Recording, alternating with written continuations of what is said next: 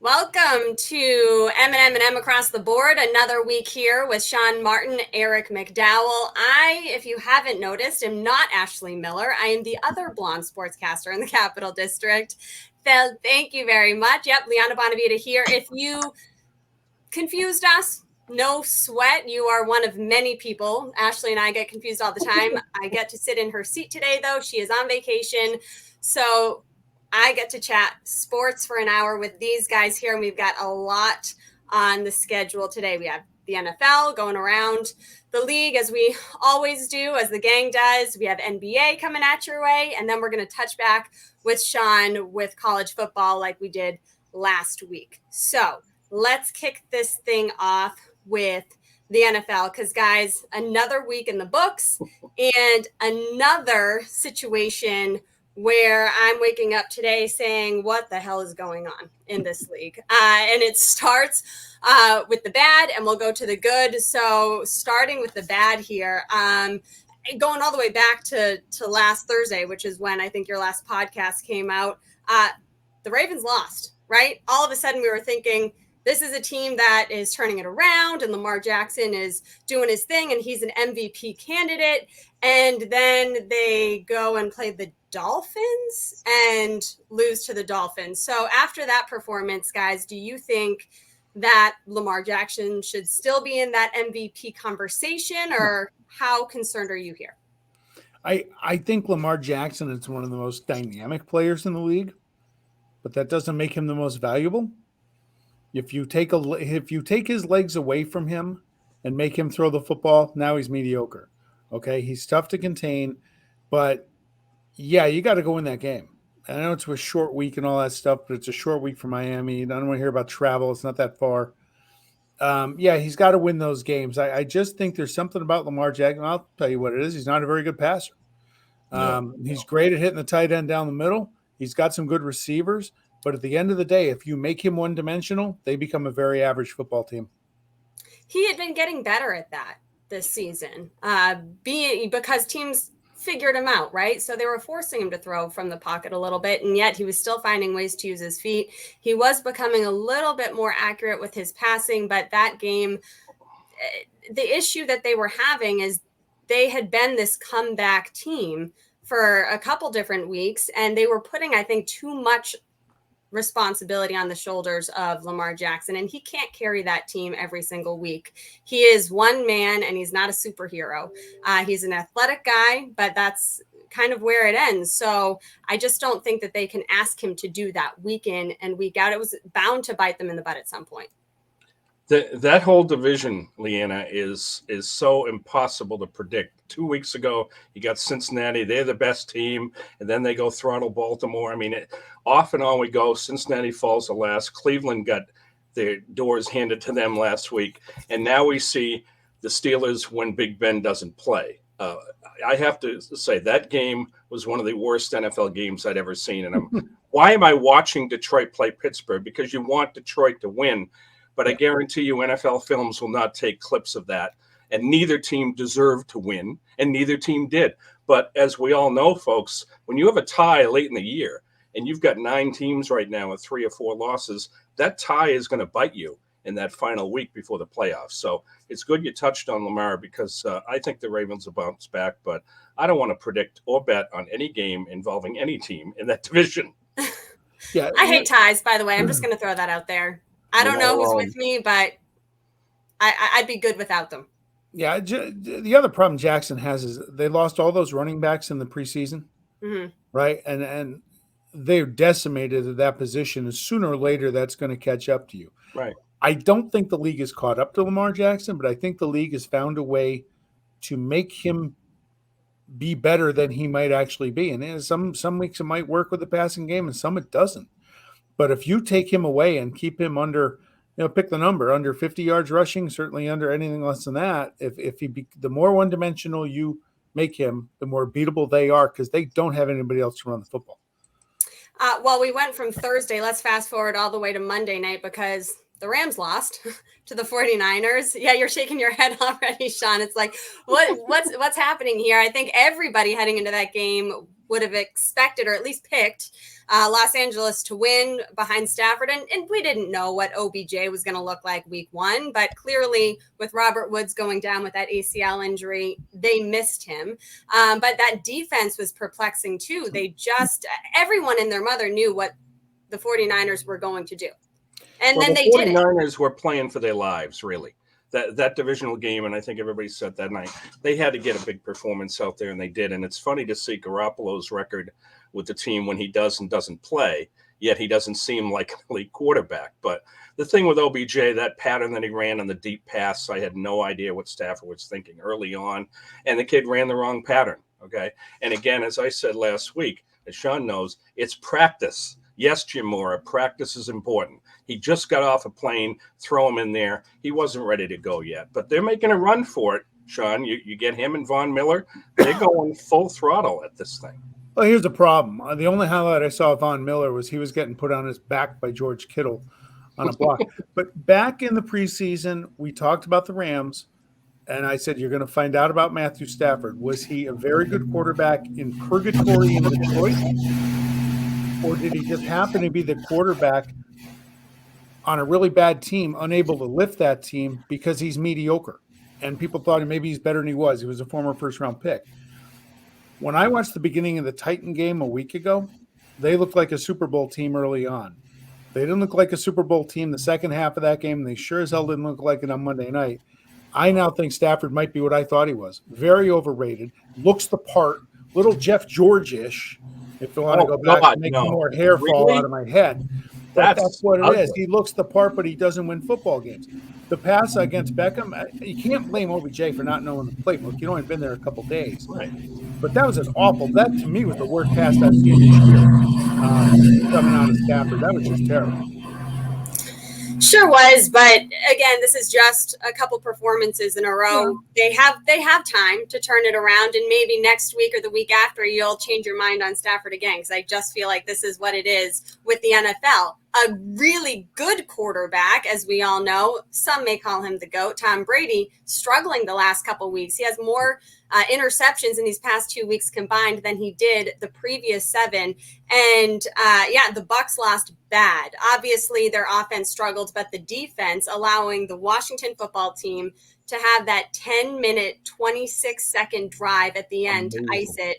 That is embarrassing. And afterward, Bruce Arians called out his team. What did you think about that? Him calling his team dumb? I've got to ask the media opinion, but as a PR person, what Arians needs to learn from other football coaches about blame, to say, we are a very dumb football team. Come on, calm down. First of all, you start by saying that's the Washington defense that we've all been looking for. And it's a shame that Chase Young is gone. But to start out like that, old coaches will say, we have room for improvement. We can do better as a coaching staff. We'll move on to next week. I thought he handled it poorly, and Brady was very short. But Tom Brady is the first person to say, I can do a better job. And he did not look good at all. But congrats to Washington's defense. And there's another team that's sniffing some wins, Sean. Yeah, back in 2003, the year after the Raiders lost the Super Bowl, Bill Callahan at the end of the year said, we have to be the dumbest team in America. And Charles Woodson and a few other guys wanted to get at him in the locker room. He got fired right after that. So when you say that, I'm sure he knows his team pretty well, but you risk losing the locker room when you start. Again, Eric, it's all semantics, right? If he uses the word we, okay, now it's a group, it's on all of us, and let's go forward.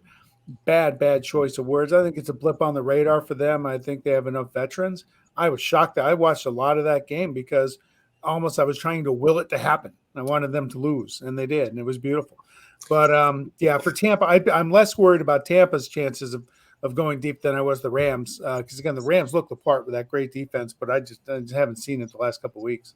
I will say this. Arians did, at the end of saying that, he did say it starts with the coaches. So if he didn't use the term we, he at least accepted some of the blame. And some of that play calling, you'd have to think that was tough. But I think what he was referring to in calling his team dumb, especially, was a lot of those pre-snap penalties. And Tom Brady, I think, was asked about that at the end. That's how he ended his press conference. And he said, you can't run a play. If you have pre-snap penalties, you can't run a play. And that's what is so concerning, I think, about this team right now is last year after their bye week, they became really sharp. Really sharp. They had struggled a little bit in some games before that, but they got really sharp, and then that's when they made their Super Bowl run. This was a game coming off their bye, and they weren't sharp at all. Those attention to details were not there, and you need that in the NFL. You're not just going to ride your Super Bowl winning quarterback the entire way, especially without guys like Gronk and Antonio Brown, guys that clearly Brady trusts, and when they're not on the field, he struggles a little bit. Well, Washington did exactly in the playbook what every team wants to do. You're either going to rush Tom Brady and sack him, or you're going to keep him off the field. And that was the longest drive in the NFL this year. And with Red Zone, we watched, most of it, but a tremendous job because you're keeping him off the field and you're tiring the other defense. So when you have a drive like that, the repercussions are tremendous. And you do it late, and then Tom's really upset on the sidelines, and he'll never get to touch that football. That's how you beat him. Well, guys, how about the two words that were heard around the NFL? I'm back. Cam Newton returning to Carolina. His first two touches went as touchdowns, one through the air, one on the ground. How do you feel like the Panthers will do with their guy back in the locker room? I don't think he's any good. Look, I get his enthusiasm. What I don't like about him is the showmanship. I don't like the look at me back thing. I get it, though. He'd been out of the league for a few months. That's got to be tough on his psyche a little bit. I was actually happy for him to do that, but in a way, I just don't like the showmanship. But it's not so much a Cam Newton thing. Guys get a touchdown, go celebrate with your teammates, pat each other on the head, on the shoulder pads, go for it instead of the look at me thing. But I guess I'm actually happy for him because he had no takers, and you don't want to see a guy's career end. You want to see him get another shot, and they had no other options there. So maybe it is fitting that he's back there. We'll see what he can do.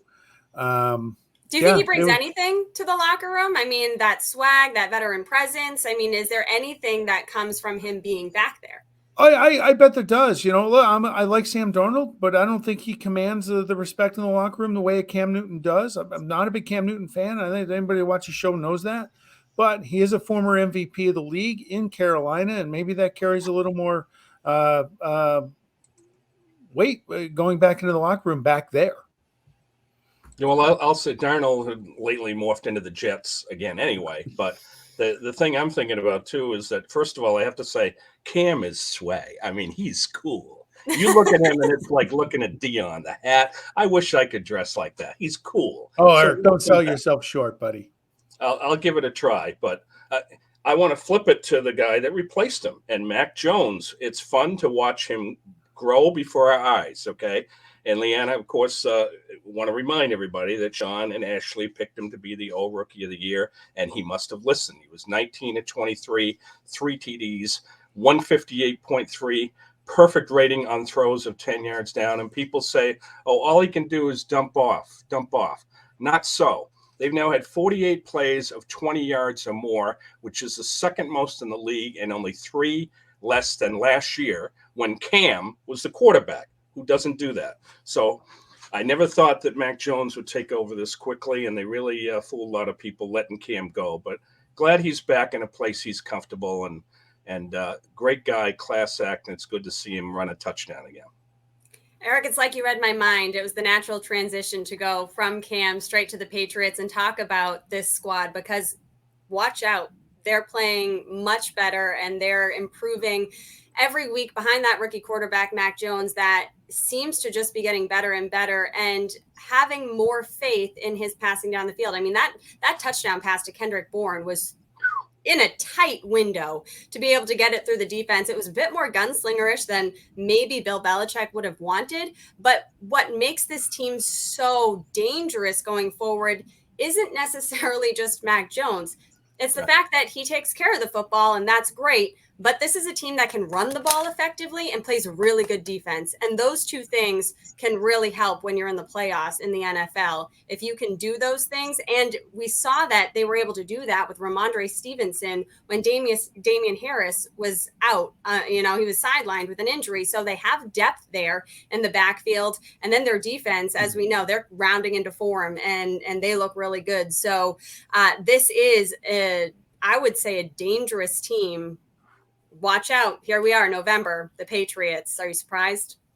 I'm not surprised. I'm not surprised he's playing well for this reason. At Alabama, he had a lot of All-American first-round talent around him, and he knew how to manage those assets. So he knows how to do that.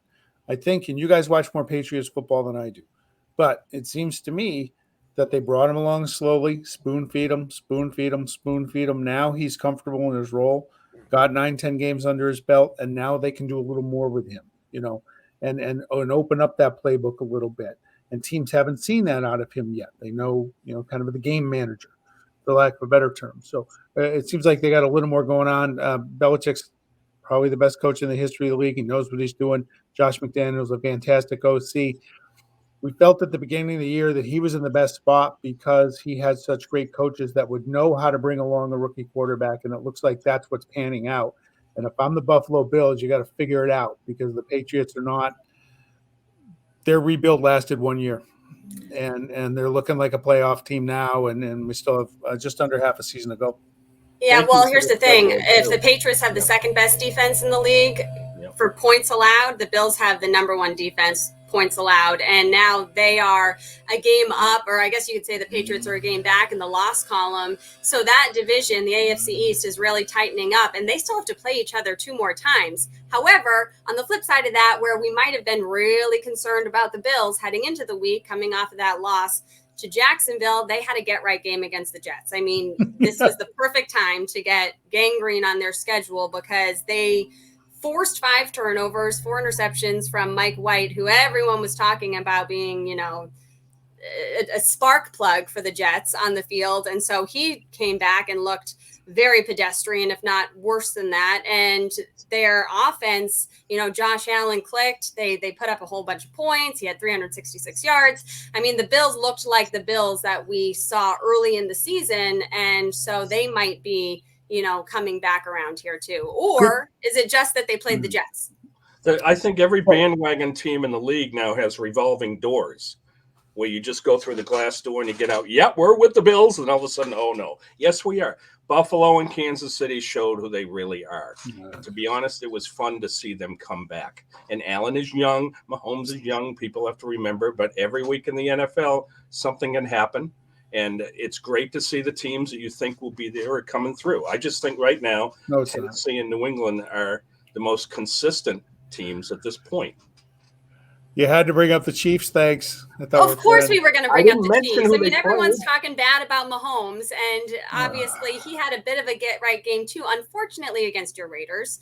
Unfortunate for you.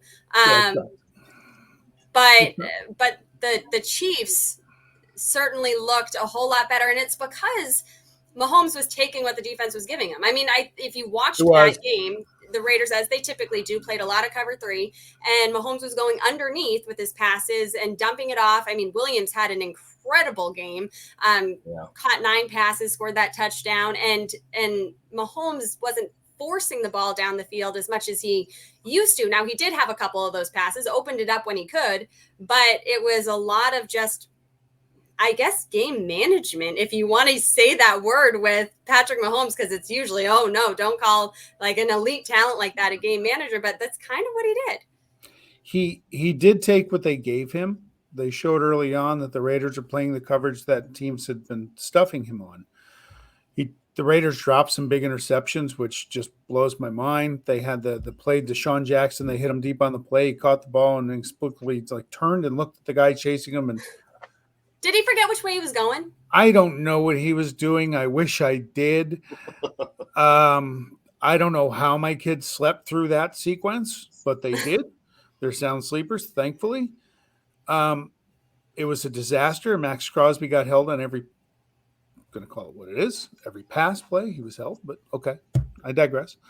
Yeah, it was kind of nauseating seeing Mahomes get it figured out against my team. So, um, you know, I don't know. It was awful. It was awful, and the Chiefs are probably not as bad as I've been trying to kick them the last 6 weeks or so.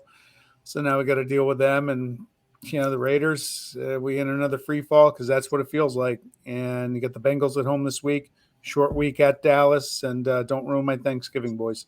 Well, that division is crazy because the Chiefs are now leading that division Yeah, they're like in last that place from short the time ago. basement to the top in 1 week, with the losses of obviously the Raiders, the Broncos, and the Chargers. But you had mentioned Dallas, another team that got right. I mean, Yeah.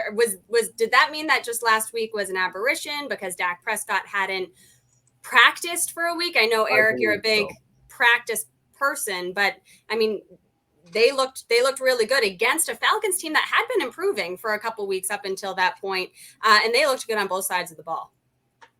And look at Green Bay now when he plays, right back. Who's that, Mr. COVID?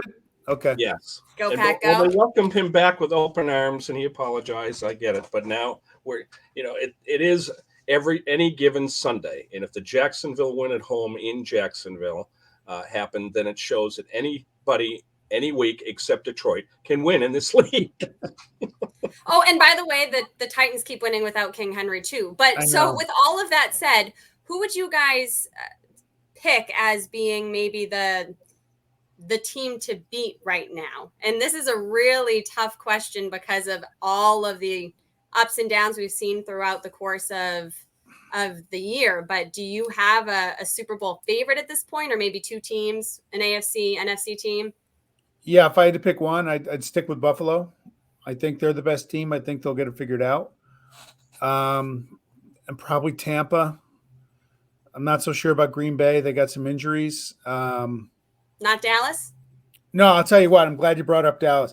Ask me next week. You can text us, Leonard. Maybe we'll have you back because you're going to find out everything you need to know about Dallas. They play at Kansas City this Sunday. So agreed. I was going to say this is both teams got right at the right time. Yeah, how are they going to do on the road? That's a tough place to play. You'll find out a lot about the Cowboys. Not necessarily if they lose, it's not a season crusher, but if they win that game, then I think it validates themselves as a true Super Bowl contender. I mean, Dallas will win that division by default, but until I see Dallas do something late in the season, I think they're the Minnesota Twins of the NFL. Until the Twins do something in October, we're not going to pick them. Just can't do it, Dallas. So can't do it, as Dana Carvey used to say. But I will say I'm going to stick with Green Bay, Sean, because if they get healthy, we can see the weapons, and I really believe in them. KC's defense will cost them in the playoffs. I'm not going to go with New England yet. I don't want to be the homer. I still believe that Kansas City could come through, but I will still go with Buffalo as well at this mid-juncture, yes. But I wouldn't want to play Tennessee in the playoffs. Especially if Henry could be back in the playoffs. He might be back. Imagine that. Yeah, they're the team I don't think anybody wants to play. Mike Vrabel he's in the elite echelon of coaches, and he has shown that for a few years now. They're a handful, and the fact that they keep getting on without Derrick Henry is mind-blowing to me. Last thing from me, don't write out Baltimore because of Justin Tucker, okay? if they are within 2 points, 1 point, whatever, if you put him out there in a playoff, the man will make the field goals. That dude doesn't miss. People better say he's the best kicker ever, and kickers lose games, but guys like him can win playoff games. Liana, who you liking for the Super Bowl? You had to ask me. I'm a homer, so I'll go with the Patriots just because. Just because I want it. I'm going to will it. I'm going to speak it into existence. Whether or not I really think that that's going to happen. Here, catch it. We don't have to really speculate about that, but I will pick the Patriots. And I actually think that the NFC is a bit more wide open than we think. I'll pick the Cowboys at this point, just because I think that defense is coming along in ways that was always their issue. And clearly their offense can put points on the board, but I think for them, it will be up to whether or not they can remain healthy, as is obviously every team around the NFL, but they clearly ride or die with Dak Prescott. And he's shown that he could be a bit injury prone. So as long as he's on the field, I'll go with the Cowboys. All right. Well, and then obviously they're going to play the Chiefs and they're going to get crushed. And so here we are next week. And Sean, you'll say, Liana. They're going to get crushed on Thanksgiving too. Yeah, go team. On that note, the final few months of 2021 are here, and that means the holidays are approaching. Make sure your home is safe and warm this season thanks to Johnstone Supply in Troy. The Goodman furnaces are now in stock. Goodman furnaces are not only made in America, but they're also a perfect blend of efficiency and dependability for wherever you may live. Don't forget to clean out your air filters before your friends and family visit this season. Find out about ways to purify the air in your home and to adjust your air filters before the big holiday events by connecting with Johnstone Supply in Troy. Visit them on 6th Avenue in Troy from 8 a.m. to 5 p.m. or call them at 518-272-5922. Whether it's George, Tom, Kev, or James, the crew will be there to offer you the best recommendations for this season. Call them today to get the best advice on how to prepare your home for the snow and to change your boilers or furnace. Call Johnstone Supply in Troy, 518-272-5922, or leave them a comment on Facebook.com/Johnstone Supply, Troy, New York. To the NBA. To the NBA. Yeah, Eric, you want to kick us off with the NBA here? Take us around the league. We are a month in now, so let's do it. Just clanged off the rim. All right, let's take we looked at the NHL last week, so let's take a 1 month look at the NBA. Sports, if healthy. Watch out for a team when it has a ton of talent, if healthy. And of course, that's Sean's pick to win it all. Golden State. They are not at all like the Mirage of the Spree days and much more resembling of the title run they had. It's only a few years ago. Steph is healthy. He's hot. He had 40 against the Bulls, 45 against a really good Clippers team, and 50 against that exciting, fun-to-watch Hawks team. They're deep. They have Allah back, and there is basking in the Bay again, and Klay Thompson on the horizon. Now, the Nets had won 10 of the first 14 without Kyrie, which I think is a positive, and Harden was still cold. So last night, what happens down in Brooklyn, Steph poured in 37 in an 18-point statement win, and Draymond Green, who should play in the secondary for many NFL teams for their defense, he kept Durant down to just 19 points, nothing really in the fourth. Amazing. A couple other teams will touch on. How good are the 76ers? Well, they got a big West Coast trip coming up. They had a 4-0 start. Then they had 4 straight losses. Embla was out with COVID issues. Watch the Sixers, how they'll do in that tough Western trip. And how about the Wiz? Let's give some love down to D.C., okay? Washington never gets any love from anybody. They had an 0-4 start. They went poof, and now Washington had won 5 straight. 10 of 13. Yes, the former Bullets. We're talking about the Wizards here. And that was with Bradley Beal still out, and he had some personal heartbreak. So hats off to the Wiz. And last point for me is all that jazz. I love Utah. I love the people there. They are heading the other way, okay? They opened up with 7 wins in the first 8. They are giving up way too many points. And get this, in a loss to the Pacers, they had 3 players. You may have seen the highlight. They had a fracas scuffle, fisticuffs. It looked like a hockey game without the helmets. What do you think, Sean, as for the NBA thus far? Any surprise? Any not surprises? Well, I'm going to give you a correlation. The Lakers are old. We knew they would be, and they look every bit the part of that. But you heard that term, addition by subtraction. I don't think it's a secret that my buddy Russell Westbrook is in LA and they can't get out of their own way, and the Wizards are 10-3. Kyle Kuzma's playing great basketball for them. Yeah. And good for them. Yeah, the Lakers, making the playoffs is going to be good enough. It's going to have to be, but they're old and they're banned. Anthony Davis is like 72 years old, I think. I feel like he just went to Kentucky. Now he's in his 70s. The Dubs, I enjoyed that game last night, and Curry made Durant and Harden irrelevant in the fourth quarter. They all did. The Warriors, the thing that they did last night was they went to the basket hard, and if the Nets went out and pushed out on the perimeter, they paid for it down low. So that was a fun game to watch. Got away from Brooklyn pretty quick. But here's a question I have for both of you. I talked with a good friend of mine today out in Massachusetts. He's a big Celtic fan, like both of you are. He's telling me he would welcome Ben Simmons in a Jaylen Brown type of swap. Simmons and a sweetener for Jaylen Brown. What are you guys' thoughts? Where are the Celtics at? They just Eric. Oh, dude. Eric. Karl Anthony Towns, 3-way deal. Get him. If they get him, I would see a trade. But no, we don't need a Ben Simmons, Carl Everett type of player in that. I like that the Celtics. city. I enjoy following them. They seem like they have too many of the same guys. Is the chemistry a problem in Boston? Well, the thing about Boston that's tough is if you look at some of their wins this year, they've been able to beat some good teams. And you look at some of their losses and they got destroyed. So I don't know who the Celtics are right now. I mean, they're 7-7 and they're clearly inconsistent. So they're average and mediocre, and maybe they have too many of the same guys. But a lot of those same guys were on the team when they were making their run. So I don't know if it's just being able to push the right buttons, pull the right buttons kind of a deal. But something needs to change there because right now you're not going to make any noise being a 500 team. Yeah. Right. Yeah. It About the Lakers, though. trade. Sorry, go ahead. You made a good point. It's not a clean house type of thing, but maybe a trade that awakens everybody and just blows things up a little bit. And the only time I can think of a Boston team doing that was way back when the Bruins did it with the Rangers and blew everybody out. They were two teams that had perfectly put, Leanna, no identity. The Celtics don't even know who they are right now, never mind these three people. But the Bruins sent Esposito and got Brad Park. It was a big trade with the New York Rangers that blew everybody out of the water. I still think Karl Anthony Towns would be a tremendous pickup. But I think the Celtics, Brad Stevens, I miss him, frankly, in the role as a coach.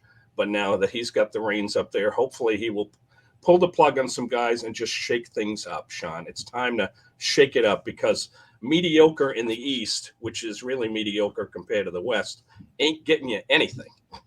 Well, and he would know, Brad Stevens would know how this team operates on a day-to-day more than anyone else would. So he would know maybe which strings. It's not that they have a lack of talent. Jason Tatum is a good player. They have a couple other, pieces around him, Jaylen Brown. Obviously, they have some good guys, but they're just not playing well. The Lakers, by the way, Sean, I think that they're fine with just making the playoffs at this point. I don't think that they put much stock in the regular season, but I think that's a mistake for a team like that, because if they continue in this trajectory, then they're going to have to play 3 road series in the West. And I don't think that they get out of that, even if LeBron James is healthy and they can cure some ills with him.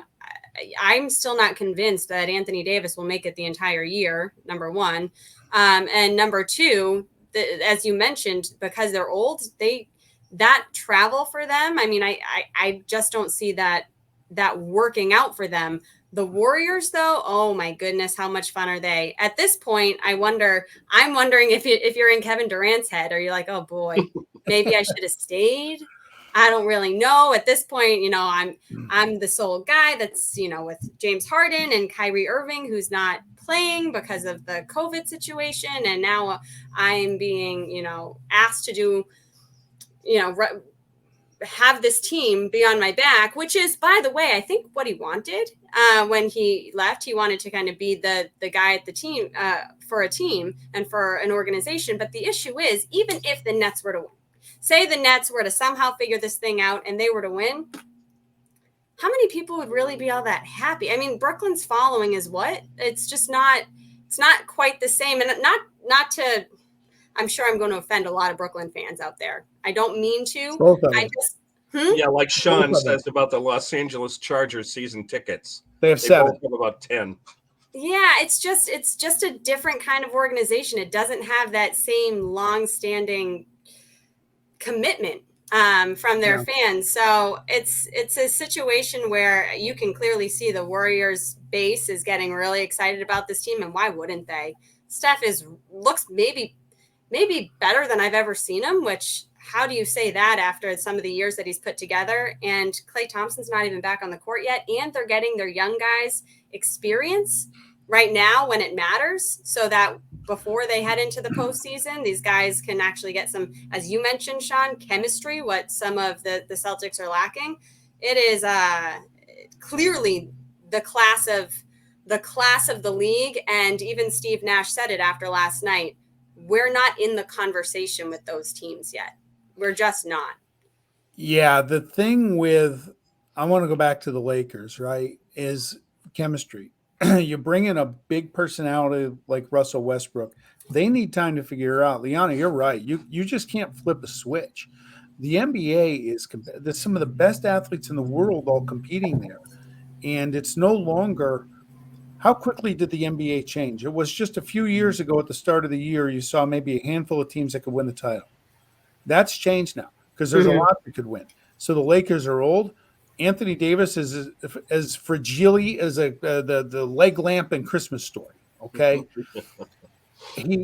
LeBron's got a lot of mileage on those tires. I think he's 36, but he's been in the league half his life, and I don't think Westbrook's a winner. I think they got a big problem there.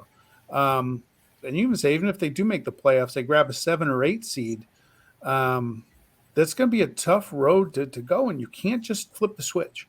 It doesn't work that way. And you can't go after guys, Sean, that have that much mileage and bring in people. It doesn't work anymore. What you do need is, like in the case of the Atlanta Hawks, you've got a tremendously talented young team, but you need a good veteran. Somewhere there's a veteran in this league that needs a change of scenery, that can go in, contribute. He's not going to be the man, but he's a great player that will add veteran leadership. So there are a lot of those vets out there that, instead of piling on with the all-star team in your mid-30s and doing that stuff, why don't you go to an Atlanta with all that exciting young talent? And if I'm a 34, 35-year-old veteran, I'd love to go into that locker room. I'd love that situation because I don't have to do it and be the man anymore. I hope Atlanta makes a pickup for somebody like that. I'm a little surprised that they are struggling as much as they are early in the season, but I still anticipate that they'll turn it around. Yeah. We shall see. But anywho, did I lose my read? Hold on a second. My bad. All good. Oh my goodness. What happened to my read? Hold on. Should we start the Jeopardy? No, man, I don't want to. Aaron Rodgers will want to host it. We don't want to do that. I got it. Jesus, the sweat beads are forming on my head. How could I mess up? Anyway, Mohawk Honda. The current supply and demand challenges within the auto industry makes this a perfect time for you to get top dollar for your vehicle. Right now at Mohawk Honda, you can take advantage of the Kelly Blue Book Instant Cash Offer. They'll put cash in your hand for your vehicle the same day you come in, even if you don't buy from them. That's a pretty sweet deal, especially for those recent college grads or students in need of a new ride or some extra cash. Mohawk Honda has consistently kept their lot fully stocked with hundreds of pre-owned vehicles. Their large inventory makes shopping fun as you browse through many makes and models to choose from, and you can also check out their full selection online. So stop in, say hi to Greg Johnson, the Assistant General Manager, Jake Hot Sauce Doyle, Luis, the VIP Man Morales, are one of the many helpful sales consultants here at Mohawk Honda. There's a vast selection of Honda certified pre-owned vehicles, so now is the time to take advantage of the Kelly Blue Book Instant Cash Offer. Mohawk Honda in Glenville, where they always go out of their way to please you. Yes, they do. Yes. So, Sean, last week you guys chatted about the NCAA football playoff scenario and all of that. And at one point you had talked about Oklahoma and what they would have to do. Yeah. And then they needed to win their games. Guess what? They didn't win their game. You lose control when you do that. So now OU's looking at 8-1. They weren't very highly thought of anyway, and now they really got a problem on their hands as far as making the playoff. They can still win out in the Big 12, but that conference gets so little respect. I don't think a Big 12 champion that's not unbeaten is certainly. I don't think they would bypass a 2-loss Alabama team. But I was thinking over the last couple weeks, the state of college football and how things have flipped. And Liana, oh, by the way, we do need to acknowledge here on M&M&M, Liana's middle name starts with the letter M. So it's a Marie. So it does work out. I do fit in here. And by the way, guys, I'm so sorry. I forgot to mention this podcast. Do you want to say it? It can be found on Apple, YouTube, Spotify, and Twitter at m&m&atb1. I should have said that at the beginning. I'll throw that in now. I'll throw it in at the end because this one is one that everyone needs to know how to get. But anyway, keep going, Sean. So I'm thinking about Texas San Antonio's ranked. Coastal Carolina is now 2 years on a run. Those are programs that you think, I want them coming to my town for homecoming week. They're a guaranteed win. You give them a payday, you get them out, off they go. Now they're in the rankings. You look at some of the blue bloods around college football that are really struggling over that shoulder. It's painful. I'm glad Scott Frost is coming back because I don't think it's a great job right now. So let's get some continuity and we'll see what happens. But you look at some of the other ones. I'm going to Texas, right? Yeah. Look, that game Yikes. last week, Kansas hadn't won a road Big 12 game since Abraham Lincoln was president. And when Kansas pulled that game off, I laughed and I laughed and I laughed and I laughed. It was just magical. You know why? Because the Big 12 has done everything to lick Texas's boots for a long, long time. They didn't want to lose them to the Pac-12 10 years ago. They let them have the Big 12 network or the Longhorn network, which I thought would be a recruiting advantage. That hasn't worked out. Charlie Strong didn't work. Tom Herman didn't work. Steve Sarkisian is having a tough go. They're not what they was. Vince Young was a long time ago. Sorry to bring that name up again. Florida State, no longer relevant. Miami, I'm not even sure they have a team. Tennessee has struggled. Penn State, I got to put Penn State on here because every year they get to the cusp of the Big 12 like they're going to be a player, and they're 3-4 in the conference right now. Where are the Florida Gators? They gave up 50 points to Samford the other day. LSU, man, I just got a natty a couple of years ago with Joe Burrow, but still they've struggled since then. They're going to be changing coaches at the end of the year. And Liana, USC grad. Fight on. I will say it till the day that I die, but oh goodness, it has been really hard to watch this team this year. And in fact, when their game against Cal was postponed due to COVID, I was like, oh, it's okay. At least they'll spare me some anxiety this week of watching this team, because I got to tell you, Drake London was maybe the sole source of any kind of happiness that we had surrounding this team this year. And he suffered what could be a season-ending ankle injury against Arizona. So the guy who set the FBS record with 79 catches in his first seven games, well, yeah, he's now not on the field. So he was the sole bright spot. Keaton Slovis, who was supposed to be the next coming at quarterback, who was really good as a freshman, pretty good as a sophomore. As a junior, he has just shown this regression is happening like boom, happening like a falling off a mountain at this point. And so he's not playing against UCLA. This is UCLA week, rivalry week for USC. So FUCLA, that's what we usually say. And I will say it again, and I will always say it. That being said, Jackson Dart, who is a freshman QB who has potential of being dynamic and like a Keaton Slovis type when he was a freshman, he has a chance to make his first start. And so at this point, the only things that I'm watching out for is Jackson Dart good? Is he going to be like the savior in the next couple of years? And who's our next head coach going to be? Because that's probably the most interesting part about this season is that Clay Helton, thank goodness, is out, maybe a season late, if not more. I don't know why they kept him, but they did. So after 2 games, he's out. And now it just becomes all the names that are cycling through the coaching carousel. And the new one, obviously, being Baylor's guy, Dave Aranda, and, Luke Fickell with Cincinnati, although who knows if he even wants to leave Ohio, James Franklin with Penn State. I mean, all these guys, and obviously LSU is going to be looking for someone. They'll probably get whoever they want. And so USC will be stuck with whoever we can get. That being said, that's really kind of what I'm looking out for at this point, the remainder of the season. USC they're still USC to me, right? What I can't figure out about the Clay Helton era was that guy was a yo-yo. For how many years was he there? 7 years? Too long. Too long. How did he last that long? Because you're USC. Pete Carroll days are gone, but I would have thought at some point sooner than this. And one, if you're going to fire a guy that early in the year, you should have done it in the offseason, right? Or 2 years ago, like you're saying. Yeah. But USC still has that thing. They're still USC. I would think that a lot of coaches would want to go there. I compound that with Nebraska, where a lot of people wanted Scott Frost out. My point is, it's not a place that a lot of coaches are going to run to because given that it's the only game in town, there's a ton of pressure there. And the team hasn't won in years. It's not desirable. Stay with a guy that knows the area. Maybe he can fix it. But I think USC is different. To me, USC can almost seem to command the price. Who would you like to see become the coach? Is there anybody that you like? Well, I feel like it's hard not to just jump on all the the wagons, right? Because the guy that everyone wants right now is Aranda, and you can see why. But I mean, if you take away his last 9 games or so, he was just kind of figuring things out for the beginning. So who do I want? I want someone who's going to be good and lasting. And there's no way of knowing exactly who that's going to be. Bill O'Brien's available. Sorry.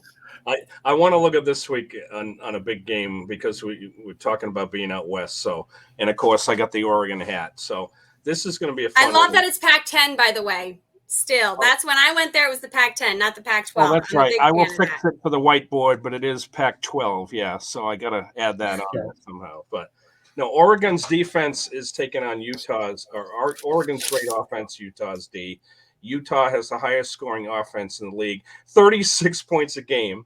They're rushing over 200, and the Ducks have allowed just 78 per game on the ground in the last 2 and 120 through 10 weeks. So an average. So this is a preview of the Pac-12 title game because Oregon won the North. Utah needs one more win to take the South. So I think this will be a fun game. And the other one to watch this week, C.J. Stroud, I think, should just pass for Ohio State. If you've seen Michigan State, they're giving up, hold on to your hats here, 330 passing yards a game. You look at the stats in the league and say, that can't be right. It's true. So methinks that the Buckeyes will win a shootout.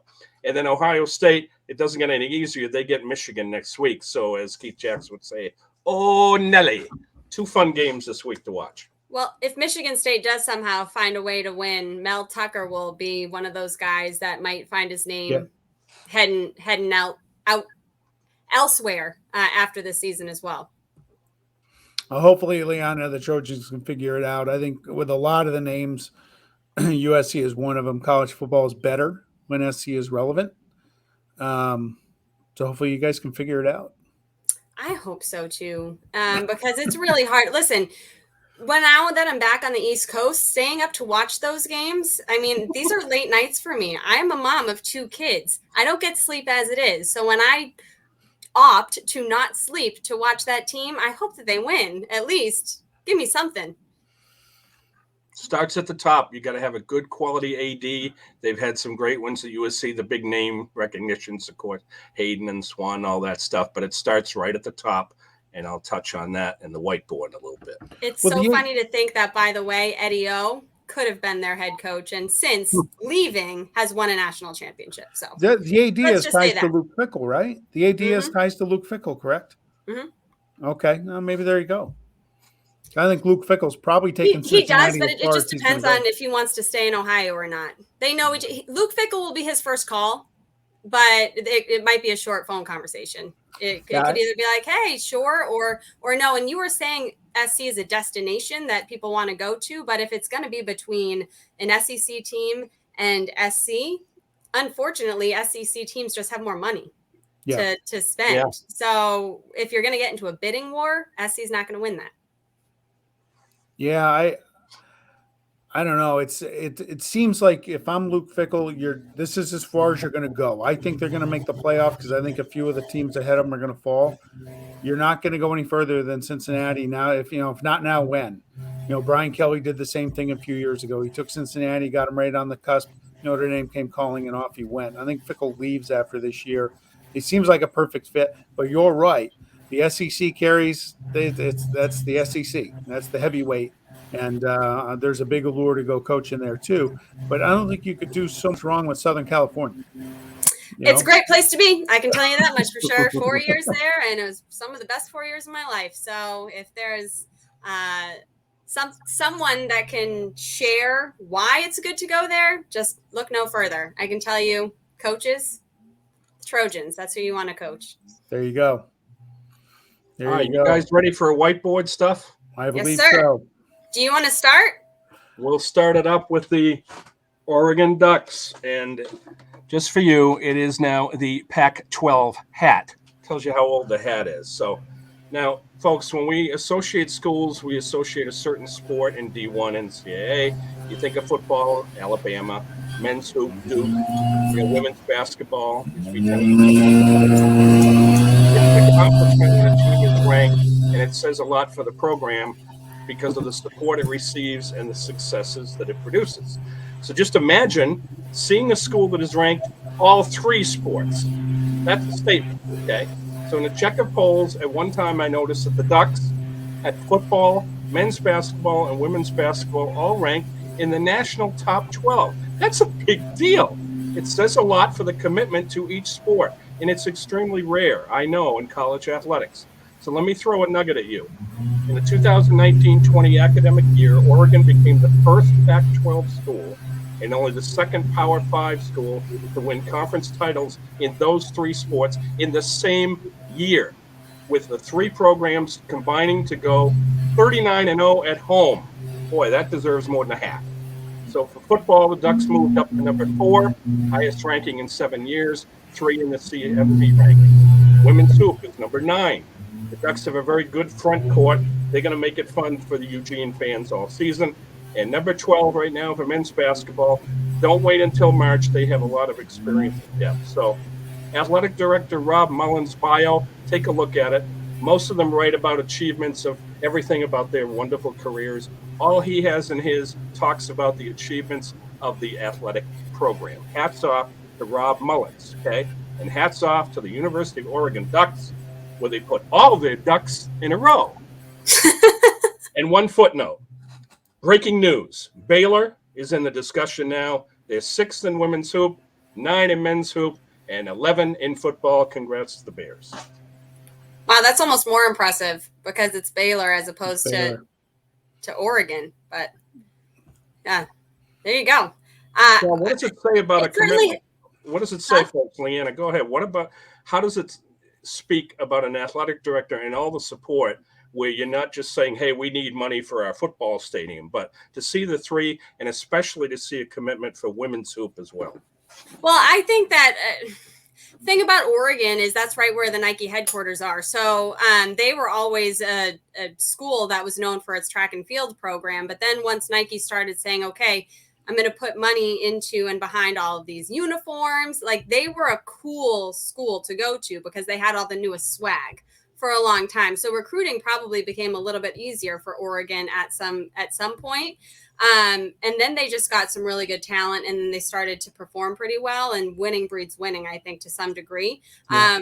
But they've always just had really good athletes. And so I think that when you're talking about an athletic department and where you have success across the board, yes, it starts with good leadership because the leadership is hiring the coaches and the coaches are recruiting the athletes and the athletes are choosing to go play for those coaches and play within those programs. But there is clearly something else that's happening there with their facilities, and their facilities are good and they have all of those extra things. When you bring an 18-year-old onto campus and you can show them all the flash, that's kind of sells itself from time to time. And we all know you're not winning at the collegiate level unless you have talent. So I think that it certainly says a lot about the program as a whole, but congratulations to them all around. All right, Liana, you want to go or you want to conclude the show? Your call. Oh, I'll go. All right. I have a big one. Can you see it? This way. Yes. New York football is failing its fans. And I'm not talking about Buffalo because obviously Buffalo's turning things around. So we're just going to exclude them for a while, even though most Buffalo fans will tell you that they are the only team in New York. But let's just forget that for a second and talk about the Jets and the Giants because this was before my time, but I know that there was a mass exodus of fans in the 1970s because those two teams were terrible. There was a blackout policy where they couldn't watch from their home up until 1973.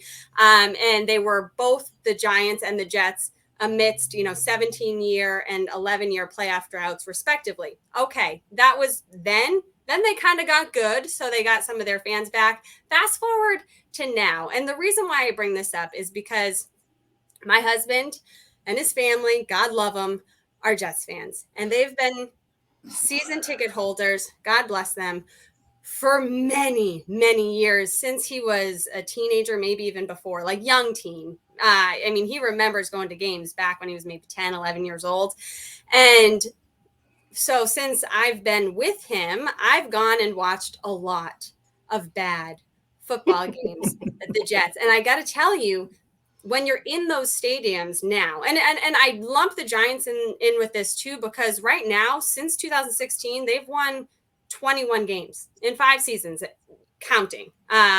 So they're not great, and they were, mediocre for the 4 years before 2016 as well. And the Jets right now are 5 straight losing seasons, 6 of their last 7, on their way to an 11-year playoff drought themselves. So again, these two teams are really, really bad. And my husband took my daughter, who's turning 3 today. Happy birthday, Sienna. Yay. Took her to a game this past weekend and against the Bills. And I mean, she's 3, so she was obviously really excited about the paratroopers and the helicopter flyover and the big American flag that was on the field and all that stuff. And then once the football hit, she wasn't really all that excited.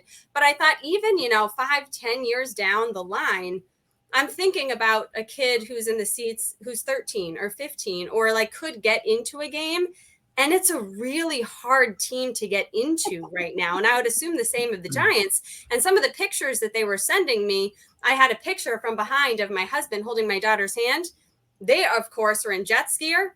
Everything else was red and blue because they were playing the Bills. And so when you go to those games, it was typical that if they were playing the Steelers, or if they were playing the Dolphins, or if they were playing the Cowboys, you would get these away fans that were being maybe more than the home fans, that they would just outnumber them. You would get that. You wouldn't often see it with teams like the Bills, or like, the Browns, or like, one of these other teams but now you're starting to see more and more of them, because these fan bases just don't have a reason to get excited about these teams for a long stretch now, for both of these teams in New York. And yes, geography and family is, I think, 2 reasons why people become fans of certain teams. But now we have fantasy, we have red zone, we have other reasons to not necessarily get so intensely into our fandom. And I think that they are at risk of losing a generation of fans, both of these teams right now. Yeah, Liana, real quick before I go, years ago, the Rich Kotite era, 20-something years ago, we used to go down to a game. Me and all my friends would meet down there because you could buy tickets that day easy. And we were going up to the stadium for a game, and one of my buddies didn't have a seat. And a guy, it was, I don't know how much the ticket was, $50, whatever. And the guy goes, my buddy goes, I'll give you $10 for it. He goes, are you kidding? He goes, that's all it's worth. And my friend Bob at the time was a Giant season ticket holder, and they were in a great run. He goes, it's not worth $10. I'll give you $5. And the guy looked at him and goes, just take the thing. And he got it for free. Well, and what's so tough right now, just real quick, to piggyback off of that, the Jets, and I'm assuming it's the same way with the Giants too, but I actually don't know for sure 100%. But they, a lot of their season ticket holders had to pay PSLs, personal seat licenses. So that was not the case when the Patriots built their new stadium. Season ticket holders never had to pay for PSLs. The Jets did. And so my in-laws were still paying off their PSLs a couple of years ago, when they were selling, you couldn't even pay for or get $5, $10, $20 a ticket. It was just that bad, just within a couple of years ago. Sean, real quick, just a note that I saw in the news this morning, that people aren't using plastic bags in stores anymore. They're using paper bags, but there are shortages of paper bags in Detroit, Michigan, and East Rutherford, New Jersey. So now we know why they are being used at the stadiums. My friend wore a bag over his head to a Jets game. He walked down every set of stairs throughout, and he had more people coming up for taking pictures and yelling, "Hey, bag man!" And people bought him beers. It was the biggest celebrity day of his life. He got a lot of steps that day. Got a lot that day. And he was right. Okay. My whiteboard this week. 60 Minutes. And I don't mean the Sunday night TV show that follows the NFL doubleheader game that always runs and starts late and used to precede the show Murder, She Wrote. Well, Pat Summerall shout out. Hey, Lincoln Riley. Dude, 4 quarters, 15 minutes each. I'm not talking about overtime. I'm talking about 4 quarters, 15 minutes each. Do the math. Hold on. That comes out to 60. That's 60 minutes. Don't pull your team off the field with a couple seconds left because you're upset. You're going to lose to Baylor. Their fans are enthusiastic. The party's on in Waco, and you get a little miffed that they run out on the field 3 seconds before the game starts. The game does not go 59 minutes and 57 seconds. It's 60 minutes. So when you pull your team off the field and send them to the locker room and Baylor wants to stick it to you and kick a field goal, good for them. I wish they'd run a play and gotten a touchdown. You don't like it? Leave your team out on the field and defend the play. Don't piss and moan. You got your tails kicked. That's the way it goes. Be a leader.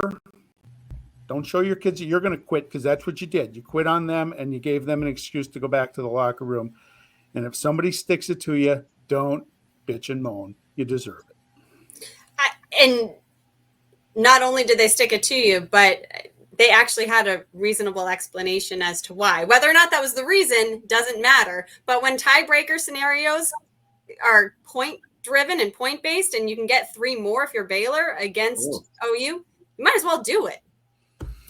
Hey, I saw somebody say, well, I don't know what Baylor was thinking. They got to play Oklahoma next year. Oh, don't give me that garbage. You got to play everybody every year, and everybody hates each other and all the rivals, however they are.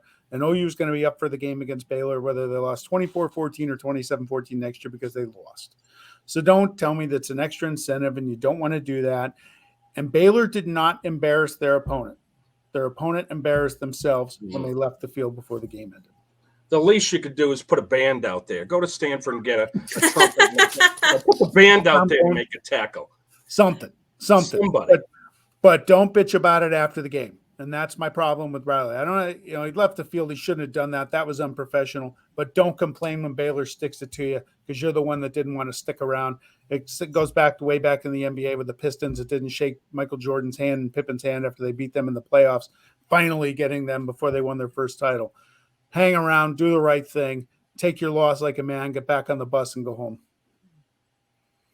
For sure. Play to the end, play to the whistle, right? Play to the whistle. Leanna, thank you so much for joining us this week. You did a wonderful job, and it's great to see you. And we really thank you for taking time of your busy schedule to join us, two schmucks. Thank you. Yeah, right. You can imagine Ashley. Ashley had 17 shows with us and needed a break. Could you imagine what our wives have to go through? Ours is only an hour a week with Ashley. And but thank you for being here, and a happy birthday to Sienna and everything, and hope to see you again soon. Thank you. This was a lot of fun, and I'm sure Ashley will be excited to be back, though I'm sure she's also having so much fun on a much-deserved vacation in a place where the weather is a whole lot better than it is here. Guys, again, M&M&M across the board. You guys do it well. Appreciate it. Appreciate you having me. Apple, YouTube, Spotify, Twitter at MMMATB1, and you guys will be back again next week with Ash in this chair. See y'all later. Take care.